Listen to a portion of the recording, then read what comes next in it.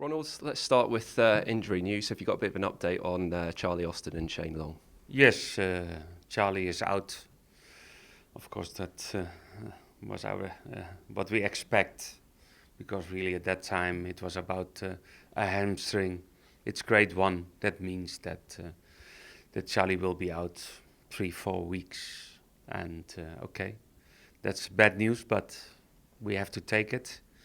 And Shane is much better, but is not available for the weekend. And some problems at his knee about a kick in the match against Bournemouth, but he's not available for the weekend. But we have good hope that after the weekend he will be fit again to play. How much of a blow is it to lose Charlie for a couple of weeks? That's always what you don't like. You like to have the real competition in your team. You like to have all the players available. But okay, we lost in 10 minutes. We lost 2 strikers, and that's sometimes hard to take. You mentioned competition though, and you've got a lot of that in your squad, haven't you? Especially going forward.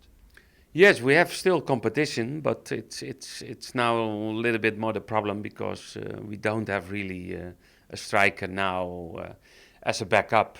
And okay, it's only for the weekend.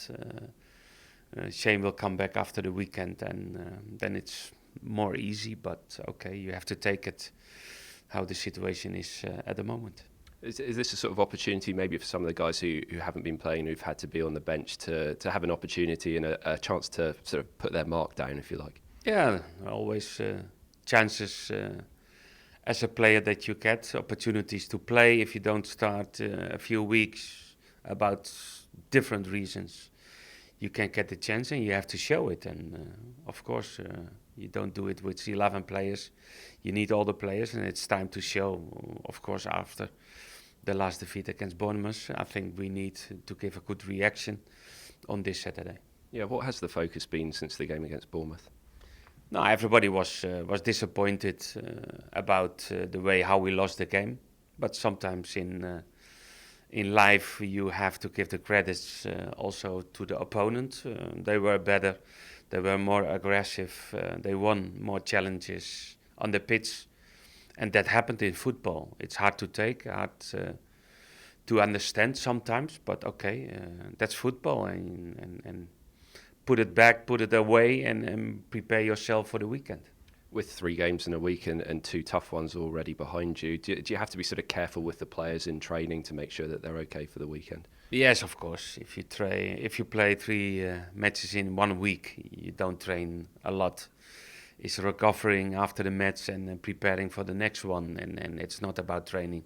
It's all about that all the players are totally fresh to play on this Saturday, and that's the message to everybody. Take your rest. Take good food and prepare yourself on a good way for this game on Saturday. Yeah, we saw them having a bit of fun playing some basketball earlier on, and that is it. Spirits seem to be really high this week, despite the result on Tuesday night. Yes, of course. Sometimes you try to do something different because I think that's good for the mind. And when the player is still a little bit disappointed, not so happy, after last Tuesday, try to do something different, and then they enjoy it a little bit more than if it's always the same. And that's my opinion. Do something different and clean your mind up. But still, the players, they have the spirit, and still we fighting for our ambition. But okay, after 2 defeats, it's time to win the game. You've got a good memory of playing Sunderland at home last season, though, haven't you? It was an incredible day, winning 8-0. How memorable was that? Yeah, that was fantastic. It will not happen anymore normally, and that was a fantastic day, but it wasn't a normal result for the Premier League. And okay, it will be more tough now. They're fighting against relegation. They had a good point. Were a little bit unlucky with the loss against West Ham, and we know we need to be prepared, and we need to do and to start much better than we did against Bournemouth last Tuesday. Was that game last season when you won 8-0, was that a big one in terms of the kind of confidence and belief that gave you for the season that you had? Yeah, we had at that moment the belief, the quality, the level in our team they were struggling. They were a little bit unsure about themselves, and we scored fast goals in the first half, and that made the game more easy. But it happened last year, but it will not happen this time. It's totally different.